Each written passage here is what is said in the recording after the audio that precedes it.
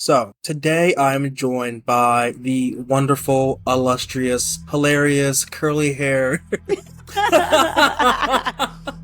host of Military Murder.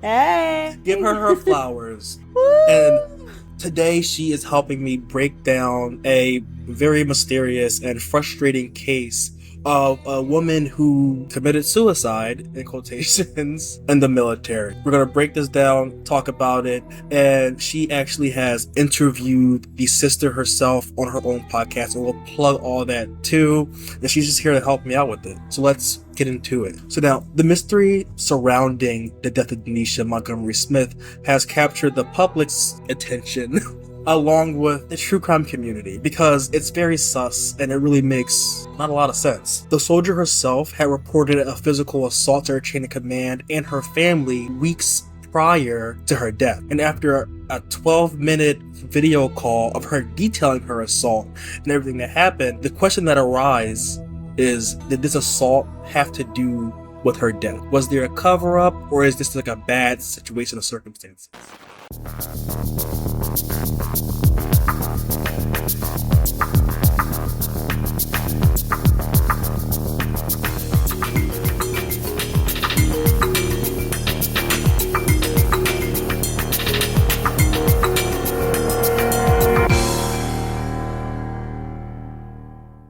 So before we can get too far into it, welcome to Bras and Murder. And in this little mini-sode, me, Andre, and my co-host here will go into this case head first, ask the hard questions, and talk about the doubts we have about this case. So now, you having interviewed her sister, how was that interview? Well, first of all, Brooke was absolutely amazing. She was very forthcoming with everything that's going on. It's very difficult. It's very difficult for Brooke to tell the full story, if I'm being honest, because she is an active service member at the time. She's still in the military right now. And so, you kind of have to walk whenever you're on active duty. Even when we're telling these stories, you have to walk a fine line between accusing and just presenting the evidence that you have been given. In this particular case, it was very interesting because the family, Denisha's family, is asking for information and the military isn't completely being open about it. Now, they ruled it a suicide. They ruled Denisha's death a suicide almost immediately, but then they wouldn't give the file up to the family, indicating like this is still an open investigation.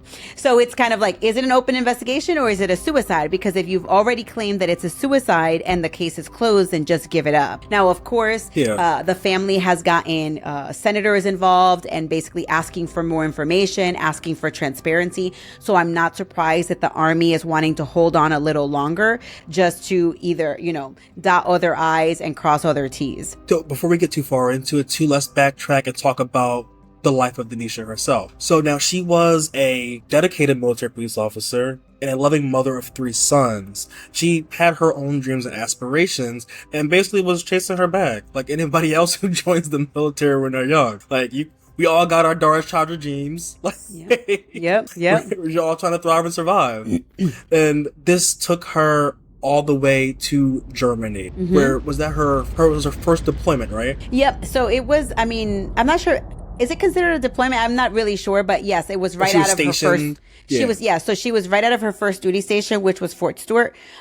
She wasn't even there like a month or two when they were like, hey, before you settle down, you're going to be going to Wiesbaden, Germany. Yeah, it was only like several months after she got rid of what was it called? AIT in the Army. Yep. It was mainly uneventful. I couldn't really find anything that happened to her while she was there before the incident that happened in July, where she and her fellow military police unit members visited a water park, consumed some alcohol, and this incident happened where during a car ride back, Denisha was physically assaulted by her friends or squad mates in the car. Her battle buddies, right? Yeah, and there was no prelude to the video that we can see, but in a 12-minute phone call, she did go into what happened, showing off her injuries and her bruises, and she looked like she just got into a fight. Like, she looked battered. Mm-hmm. Yeah, and then the interesting thing is that the video was taken, so she FaceTimes FaceTimes or WhatsApp her family 2 hours after the incident. So it's like relatively, you know how sometimes when people drink, people will be like, oh, they were so intoxicated, they didn't even know what they were talking about. They weren't even coherent.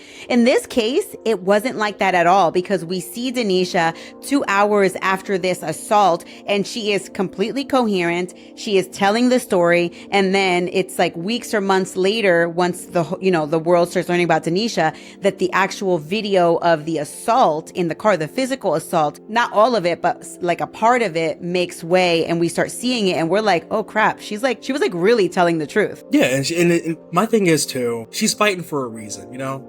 Like the way she was fighting in that car, no one just does that on a whim. There's an inciting incident. And in the 12-minute video call too, she's telling her family that they told her if she reports the assault, she'll also be charged with the assault because she mushed the face of some female and also bit a male that was choking her. But at the same time, it's like, why did that fight happen?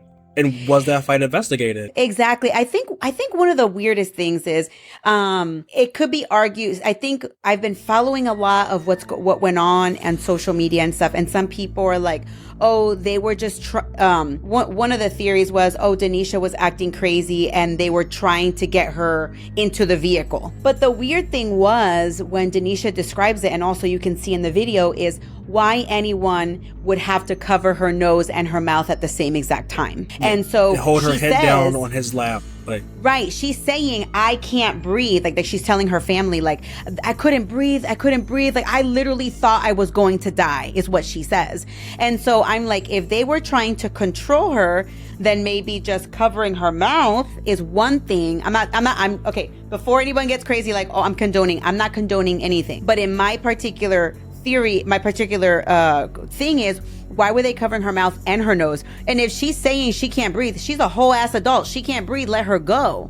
You know what I mean? And so it's the whole attack is so just, it seems to me over the top and it's visceral. Uncalled for, but then also it's like, and then I'm a little bit confused from the viewpoint of who's taking the video. I'm glad they took it, right? Because it does confirm what Denisha has said. But I'm curious as to why they took the video to begin with. Like, what was the purpose of it? Were they trying to embarrass her? Did that person feel like the person who was attacking her was actually being a little over the top, so they wanted to take the video? There's just so many questions. Like, Denisha's story leaves more questions than answers, and it's what's really frustrating. Yeah, and it really stands out to me is that at one point in the video, you can see that she gets out the car, and they're like chasing her around the car. So it's not like she was attacked and then she tried to escape and then you pulled her back in to attack her further. And there's one clip too where she's screaming that she can't breathe and the guy has her head and she's pushing it like into his lap. And it's like, why are you trying to muffle her? Like, I've been around drunk people. I've been in a squad. I'm an infantry. Like, I've been around a bunch of drunk guys before. Yep. There's no need where it needs to get that physical, where you're trying to you're trying to restrain someone like that. A grown adult too. Yeah, I mean, and it's like a whole bunch of dudes. Yeah. And I think there's one other female, but she was in a front seat, in a passenger seat, and she wasn't even, I don't think she turned around during the whole video. No, the whole thing is weird. And I will say this, when you asked me about Brooke, I think it's really hard for Brooke to tell the story, especially because, like I said, these are our brothers and sisters in arms, and having served, you're just like, what the hell happened? And especially in a deployment time setting where Brooke was actually waiting for Denisha to come back, because even though she was already married, Brooke was married, she was waiting for her sister to come back to do like an actual, like, official kind of like a family get together for the wedding. Yeah. And she was waiting on her sister. And instead, her sister was supposed to be home like less than a month from when she passed away. Instead, she got that phone call. So it's just so shitty, And then if you couple in what happened with the chain of command is even worse, because Denisha herself said that she was pressured not to say anything by her first sergeant. The person that's like basically dad of the right. That's like your dad on deployment. Like, or mom. Like, that's what you look up to. That's what you go to for everything. And she expressed in that call her desire to come home and stating that she couldn't trust her leadership and those involved in the incident. And that's what really struck me, because when you lose faith in leadership, that's like you feel like you're on your own. I think 100%. And I think that even advising someone to not report something like that, which is illegal, it was an assault, it was against her will. They could have argued it, and they could have argued self-defense or whatever it was, but you don't keep someone from reporting that. I think as a leader, you need to say, okay, let's get everybody to the table. Let's report it up the proper chain of command and then go from there. You don't say, oh, you're not the judge and the jury all at once. It was just reported to you. And I think that I'm happy to see to a certain extent that the chain of command is being somewhat removed. Maybe not in all cases, but in some cases they're being removed, because it's really hard to be an independent thinker when you have to judge your own people. Does that make sense? Like yeah. I'm an attorney by trade, and there are certain situations where I cannot think straight to represent myself. So if I personally had a legal issue, I would go to someone else and ask them. And everyone's like, "Oh, why do you need a lawyer if you are a lawyer?" And it's like, "Oh, no, because I literally cannot see clearly when I am trying to consider an issue that has to do with myself." And so in that particular case, I do believe that was a foul, if that is actually what happened. But why would Denisha say that she was advised not to come forward? Yeah, like everyone needs to get peer checked, and it sucks that she did. Well, no, I'm glad that she went to her family, but it sucks that she didn't go to anyone else outside of her chain of command to ring that alarm and raise those red flags, because her chain of command was failing her. And tragically, on August 9th, 2022, Denisha was found dead in her barracks under mysterious circumstances. Yeah. So from what I gathered from speaking to Brooke, and also just from looking at some of my research, she was discovered deceased in her barracks room, and so she had a roommate. And the way that the room was described to me by Brooke, because she was the one that described it to me, was that there were these wall lockers that basically the two women in the room, Denisha and her roommate, they had put between the beds. So there was like one bed, then wall lockers that kind of served as a wall dividing the room, and then the other bed. And so Denisha, when it was reported to her family that she was deceased, they said that she had died by suffocation, which was a little bit confusing. You're like, okay, what? Like, what does that mean? And so basically what they have revealed to the family is that she had her belt, her uniform belt, like the cheap belt that cost like maybe $2 at the BX. So she had that around her neck, and she was hanging inside of her wall locker.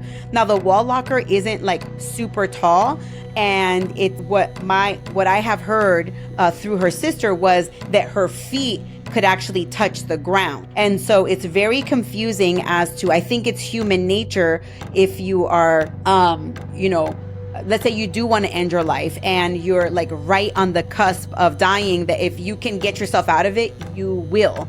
And that's what I've heard from survivors of attempted suicides. It's that right in that second, they like instantly regret that decision. And so it's very confusing because, Denisha was found hanging, and her feet could still touch the ground if she had that realization in her head that she wanted to continue living. Now, I don't think we went into this. Right. I don't think we went into this, but Denisha was 27 years old. She was married to her high school sweetheart, or to someone who she met right after high school. And she had 3 young sons. And so listen, I'm a mom of 3, and I know that being a mom is very difficult, but she had already been removed from having seen her kids for 8 months. And so she was only a month or weeks away. I think that she was supposed to be getting home at the beginning of September, and this was in August. And so it's just very hard. And I know suicide never makes sense to anyone, but in this particular case where there was an outcry that she wanted to come home and that she didn't feel safe, this is super suspicious. And another thing that's super suspicious is that it's alleged that her roommate may have even been in the room on the other side of this wall locker when Denisha passed away, and her roommate allegedly didn't hear anything because she had her headphones on. That's just the whole story is it just doesn't make sense. This is not like a war zone where there's like tons of sounds going on. Like Germany is like super quiet. I never been to Wiesbaden, but it's like super quiet. There's no war going on outside. Like, people it's want just to get stationed in Germany. Like people always talk, like when you're in basic and you're picking the list of where you want to go. People always send me to Germany, Italy, Germany. Yes. I mean, and honestly, so Brooke shared with me that when Denisha told her mom that she was deploying, that her mom was crying like, oh my gosh, you're leaving. But now this is when everything was popping off in the Ukraine. So I understand the fear. And as a mom myself, like I wouldn't want my kids going anywhere. But then when Denisha told Brooke, like, hey, I'm deploying to Germany, Brooke was like, girl, that's not even a real deployment. Like, you're going to have so much fun. You're going to be out drinking. You're going to have a blast. Like, I'll see you in a couple of months. And clearly that's not what happened. Her family obviously vehemently rebuked this claim because it went against her character and what they said that she stood for. And there was a huge public outcry, and like you said, they even got a lot of bigwigs involved too. Like Senator Chuck Grassley of Iowa wrote a whole open letter to Army leadership asking for a full file of the investigation. And more importantly, what I think is for the Army to clarify if Denisha successfully reported that assault before her death, and if there was an investigation, because those two incidences being so close together, it's like it seems like they would be connected in some way. It'd be weird if they kind of weren't. It's very strange. Also, that was in December, so I released my episode, I believe, at the beginning of December. So that would have been Grassley's open letter would have happened sometime at the end of the summer through the fall of last year, 2022. It's now 2023, and I don't know if he has ever received an actual response or substantive response from the Army, and I don't know that they ever will. I know that Brooke and her family have sat through a lot of meetings with the Army, but we all know how those can be, right? It's just a lot of, kind of like a dog and pony show, like, oh, let us show you this, let us show you that, but show me, like, what did you guys come up with? Like, what's the actual investigation? What did it reveal? What, if anything, happened to the perpetrators of the assault now that we actually have a video? Now there's video evidence. So what has happened in that particular case? I will say this, and I know a little bit of it, but I don't know what has been made public or whatnot, but I will ask this question. Were there functioning cameras outside of this dorm room leading to Denisha's room?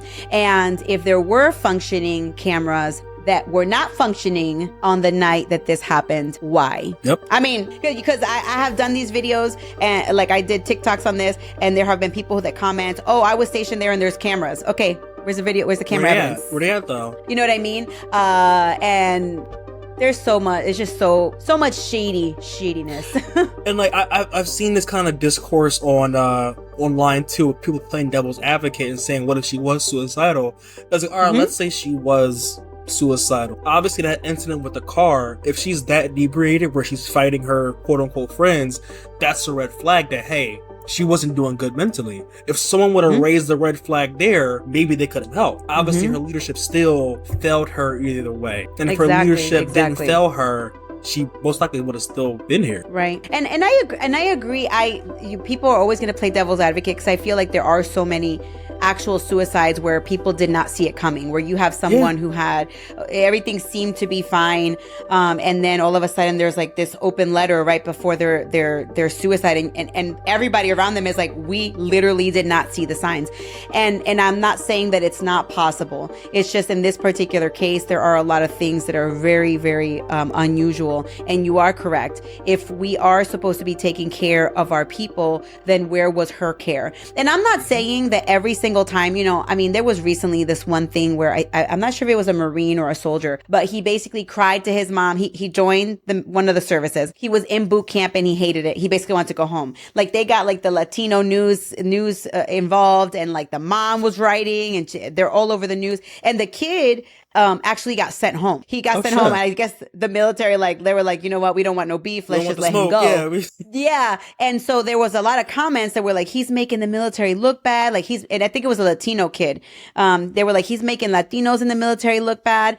And so I do agree in that particular case. Like, I don't understand why he didn't want to be in the military, because he didn't like the structure. He didn't like getting yelled at or whatever it was. And for him to just kind of cry about it and then get sent home is one thing. But But in this particular case, I feel like Denisha, they should have at least taken care of her, and there should be some evidence somewhere. Maybe they're not really revealing it, but there should be some evidence that they were actually having her seen by someone, so that she was able to talk openly to a counselor, to a therapist, or to someone if she was going through all those issues, you know? Or at least like a paper trail, like a counseling statement. I've been counseled for like the dumbest shit in my military career. If I would have gotten into a drunken fight, I would have been counseled like a mofo.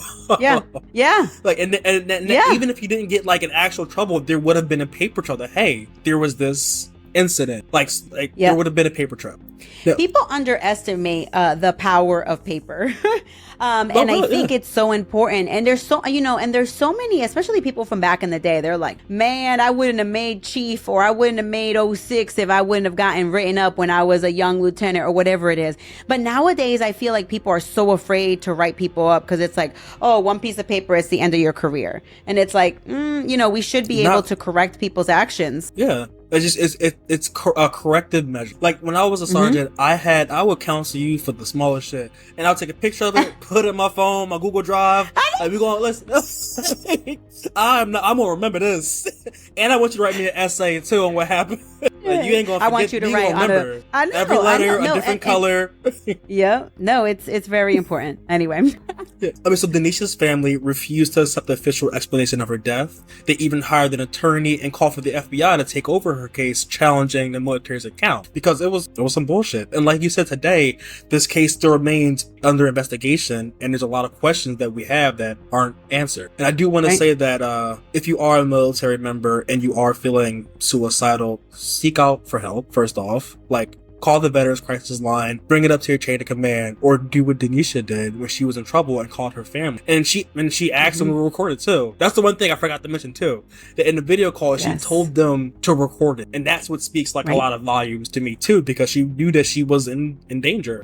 I think it's so important, and Denisha has showed this, she has proved this to us. It's one of the only cases, one of few cases, I would say, where someone has actually asked for something to be recorded, or where they have actively recorded it themselves, and it has, kind of brought to light. Because if we wouldn't have had her recording to her family, or the video, so if we wouldn't have had her recording to the family, everyone would just be like, oh, the family is they just didn't know anything about Denisha, they're lying, they're overreacting, Denisha didn't say that, she didn't do that. Yeah. Right. And it wasn't until that 12-minute video came to light that then, I'm not sure if it was leaked or what, but then the other video of the actual assault was leaked. Now we have two things that corroborate each other, and now we have the suspicious death. So definitely do what Denisha did. And that's in any case, whether it's with your leadership, with your shady ass spouse, whatever it is. Say, shady boyfriend. Sometimes you have to investigate your own case. Because sometimes our reality could be changed by what people say. So what happened, but then the other person's like, that's not what I said. And then you're like, wait a minute, did I just think that up, or did they actually say that? Go to the recording. Let's go back to the video. Let's see the audience. Let's see what it said. And I think it's so important because people can make you feel crazy, especially in the military, where they're like, that's not what happened. And I think it's so important that Denisha has done this, because regardless, I don't think the Army, I will say this is my personal opinion, I don't think the Army is going to change their initial ruling that this was a suicide. I have never seen them, in at least the cases that I have seen in the military from families fighting for justice, I have never seen the Army change a suicide, I guess, what is it called? A suicide result to like a homicide. I've never seen that. I don't know why. I also think it's very difficult, especially when these cases are overseas, because who's going to just show up at the gate? No one's going to just show up at V-Spot and then start investigating their own case. Whereas like here, you could have someone sneak you into Fort Hood, let's say, for example, and then you do your own little mini investigation, or you wait at the gate, or you do whatever. But Germany is just so far, it's just not going to happen. So anyway, I think it's good what Denisha did, because it really does show something shady is happening in this case. Yeah, and we say this on the show before too, about like keeping a paper trail. Even when it comes to like your shady spouse or partner, make photocopies of your licenses, make photocopies of your passport, keep it on a Google Drive. Like, don't keep a paper trail of all your information, just in case anything happens to you. People can and your family can investigate themselves. Mm-hmm. Because for At sure. the end of the day, you got to be able to advocate for yourself. Yeah, I have seen a case where there was a couple going through a divorce, and the spouse printed out all like the financial reports or whatever, and she like kept them under the bed, and then the soon to be ex-husband got into the house and stole them. And so she had no method, because she no longer had access to the accounts. She had no method to say he was making all this money under the table. So it was just, Damn. I mean, people will do some wild ass crap. Yeah. So never keep it in open places. You gotta hide it. Tell your mom. Give a copy to your mom. Like, make sure your mama got all the evidence. Put your little money in her brown paper bag. Throw it in the back of the freezer. Like, do what you gotta do. Because you have a nest egg. You never know. And I before we end this, I do want to say that Denisha does have a GoFundMe up right now. It hasn't reached its goal yet. His goal is 1,500 from last time I saw, and I think they only had like 7,750. So we're gonna be sharing this. They're raising this money to investigate what happened, because it costs money to do this stuff. No one's out here handing out grants or loans for people to investigate their family's murders. Yes. And I do just want to ask you a couple questions too. So, what are your overall thoughts on how the military handled Denisha's case? So, I think initially when they reported it was a suicide, from what my understanding of it is, they initially reported that it was a suicide. And as soon as, I believe it was Denisha's aunt, she was on Facebook saying, hey, this doesn't make sense. As soon as Denisha's family got involved, the army started saying like, oh, wait a minute, we were not the ones that said this was a suicide. It was the Germans. So it was very confusing. It was very like back and forth. And so I feel like that is confusing. I feel like the army, when they put out their initial statement and then like a month later they changed it, I think the army just has to be transparent. I don't think the army has anything to hide. If it was a suicide, then there's nothing to hide. If it was someone else who did this to her, then there's nothing to hide. Just call it out for what it is and let's move on. I never quite understand these cases that are unsolved, where it's like, does the army not want to solve these cases, or the Marine Corps, the Air Force, or whatever it is? And I don't necessarily think that's the case. I think it's more about education. I think the people that be, the powers that be, need to be more educated. And I feel like now that families are more willing to go to bat against the government, I feel like get support. I think that maybe they will start getting their act together. But until that happens, I feel like you're going to have family members, and family members are always going to be devastated if their family member doesn't come back or comes back in a body bag. Like, that's awful.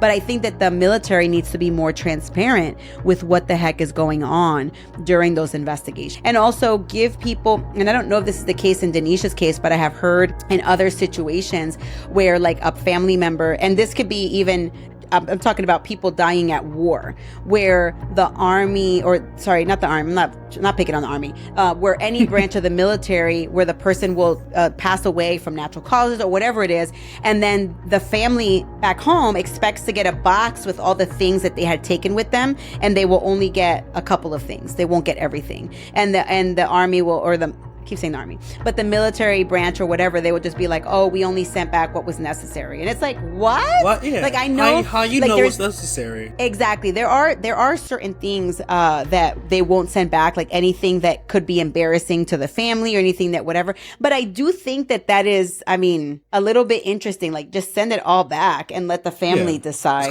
what's going to be embarrassing or not. Discretion. Yeah. But anyway, I do think that the army, that the military, all branches, I say the army only because a lot of the cases happen in the army, but it's also because the army is the biggest branch. So I will just say that. But I think the military just needs to be more transparent. So what do you think the challenges are when investigating these type of assaults in the military? Like, why is it so hard to get to a end point, like a clear, satisfying? I'm trying to think. I'm not sure if it's lack of education, people just not knowing, or maybe just not believing. I think it's investigating yourself is very difficult to do, because we're all one entity. So when an entity goes in to investigate their own entity, if they discover something that is icky, are they going to be open and honest about it? I think that's the first thing. I think the investigators that I have come across, I think they've been very honest and open. But I think in situations where, especially when you're in Germany, where someone either has to fly in or whatever it is, you have enough time to kind of fix the narrative to whatever it is that you want it to be at the end. Yeah, especially when there's so many chefs in the kitchen too, because now you're having like this person investigate on top of this team and then this team and this, and now you have to answer the public. So yeah, like you said, there's a lot of time where people have to figure out, all right, well, here's a story, here's a timeline, here's what we're going to present. Even And if I that leaves think a lot also, of gray area. Exactly. And I think also obtaining evidence from family members. So there, I feel like there's a lot of situations, and I think Denisha's case may have been the one where I don't believe that the Army in this particular case, that they knew about that 12-minute video with the family, and the family had to continue fighting to just be like, can you just hear us out? So I think there's this belief that all the evidence we need is right here in this box, and I think you need to open your mind and be like, okay, there could be other evidence out there. What is it? And it's actually wanting the case to be closed so quickly that you fail to properly investigate by going outside of the little tiny box that you have in front of you. Yeah, kind of like pigeonhole yourself and you're really just shooting yourself in the foot. What resources are available to the families of these victims when it comes to seeking help and justice? Or is it just up to them to go to the public and figure it out? So it does depend. As far as for suicide cases, everyone should have a casualty officer. I think it's called the casualty officer. I'm sorry. I know you had prompted me, but I had not prepared for that question. You're good. But I think every family gets a casualty officer. And then once they're assigned that casualty officer, they should make sure that they get all their questions answered through them. But also I think there are, and I don't know of any specifically, but there are various advocacy groups that that introduce families of other victims to each other so they can kind of share resources. Does that make sense? Because I wouldn't even know what to do. Like, even people, like, someone passes away, you're like, oh my gosh, like, how this has never happened before. Like, how do I plan a funeral? How do I do this? How do I get their body this way? And that's why the casualty officer is the first one that they meet with, so that they can kind of help them through those steps. But then it's always making sure you talk to the commander, and then go from there. But yeah, if the family has the means, which they normally don't, but trying to obtain an attorney or some sort of counsel, there's a lot of pro bono attorneys that will take these cases on for free initially, at least, to try and get at least some answers for the family. And then they can always go to their congressman, but sometimes I feel like depending on which congress member it is, I sometimes feel like they're just puppets. Like, they'll write the letter, but then they'll never do a follow-up. Yeah, they want to do the PR handshake and wave to the camera.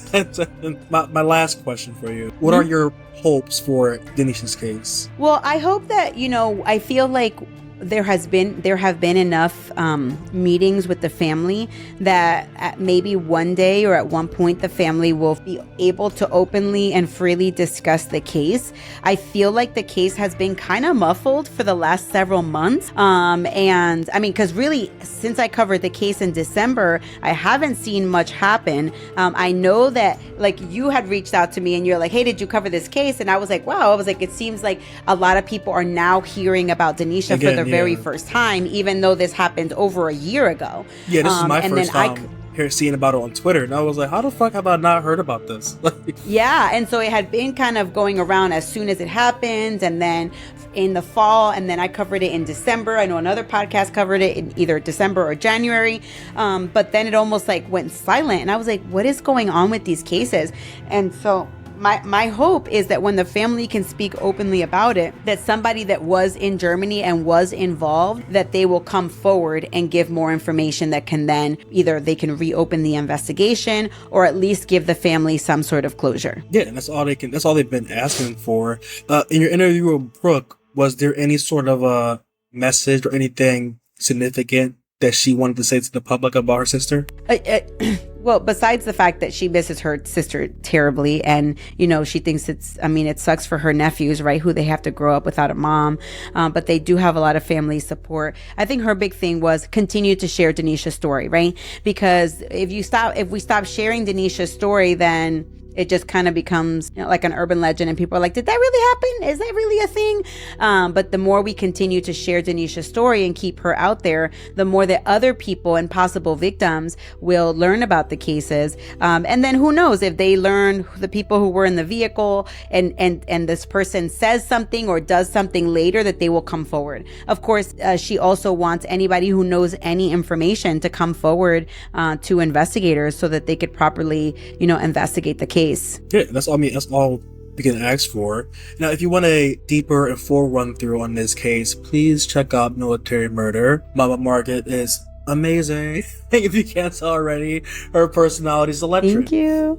Yeah, and again, it was great meeting you last year at True Crime Fest. Are you going to the one? Yes. Are you going to the next one in Colorado? I probably won't go to the one in Colorado. I am going to be at CrimeCon next week, so at the end of September. So I'm excited for CrimeCon. Oh, so this will be out just in time for that too. So make sure you hit up her table at CrimeCon and be like, the home is at Bros of Murder Cinch. Yes. Are you going to be in Colorado next year? Next year, yes. I'm going to that one. Okay, awesome. I don't know. I saw the dates. I have to look it up. I have to get babysitters and do all that. I mean, because I love Colorado, by the way. Listen, we're gonna be outside. Yup, I was stationed in at Peterson, and I loved it there. Oh my gosh, it's so freaking beautiful. But I'm gonna link the GoFundMe and all the other resources I can find in the show notes. Please check that out. Please share the GoFundMe, share this episode. Check out Mama Margot on TikTok too. Is your TikTok also Military Murder? No, my TikTok is Military Margot, I think. TikTok, Military Margot, yeah. I'll put that in the show notes too, because her TikTok be bumping. She out there. She outside. On TikTok, I'd be crazy. I just saw this one case. I think after this, I'm going to record a little video about a cold case that was just solved. These cases be crazy. Cold case solved, and it was an active duty Army member. And how come the police said during the press conference, we won't, like, something, they did not say these words, but something to the effect of, we have a feeling we're going to get more phone calls. What? We got a serial killer on our hands or what? Like, what? The documentary I was telling you about, I swear, something's happening because people going missing, and there's a pattern. All the victims are the same circumstance, the same area, and I'm just like, something in the milk ain't clicked. I'll tell you more about that later. We also got a dish on the whole true crime stuff too. You gonna go off on that? We will. But again, I thank you for coming on this show and talking about this with me. It means a lot, and I appreciate you so much. Thank you. I know we've been talking about getting together for a year, so here we are. We're gonna have to do it again at some point. But we will. That was the show. Stick around for the music. I'll see you next week. And this is my favorite part. Do you know what we're about to do? The sign off. Some music. Kisses from the homies. Okay. Just blow them some kisses. all that. We'll see you next time. See ya. And now, a short commercial break.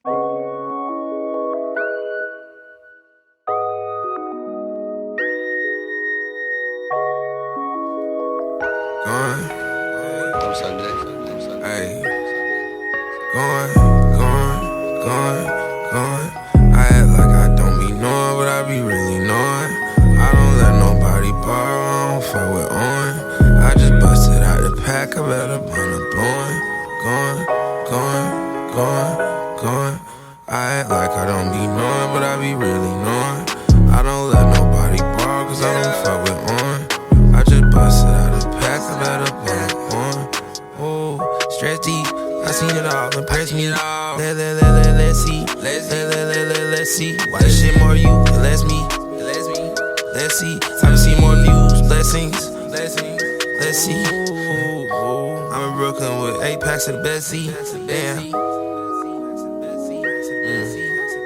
She messy. Damn. She left me. Let's see. Winning the war in your mind. Why you got willpower? I power up, pop my pill. Playing swerving now. I'm swerving. Lord, come here and take the wheel. I get it in and I get it gone. Real Chinaman from the east side, flip her B-side when I bone. If she beside me, I reside in her mouth running through her dome. If I get got, I'ma give me a ticket and run off and kick it and never come home. Niggas is not even living no different. We did it and seen it and sent them along. Jerry broke his, I sent him a phone. Got out the stool and I sent him a song. Going. I act like I don't be knowing, but I be really knowing. I don't let nobody borrow, I don't fuck with on. pack, I better burn up, going. I act like I don't be knowing, but I be really knowing. I don't let nobody borrow, cause I don't fuck with on. I just busted out the pack, I better ayy. Down bad X like Budokai, damn block boy got, I ain't new to God. Don't miss that, what he do to die, talking online, oh whole computer lie. X, suicide rather kill me for you and let you decide. She ain't text back then, you decide, damn if a nigga cross me, said you aside. Batman light sent you aside, Batman with my tent, it's super private. And I'm flying out to the super island, blow me up, this sucks, you super wildin'. I don't like mess, that soup charge, I crashed out, I guess I'm super stylish. She get wet like the West Nile, I know it's coming, this new virus. Think I see it's new iris. I'm a boss, I do hires. Nigga be shuckin', don't do driving. I edit myself, I don't do fiber. Need a whole 20s, don't do fibers. She manipulate shit, couldn't hire her. I don't want yours, but I could hire her. Just like that. I'm Sunday.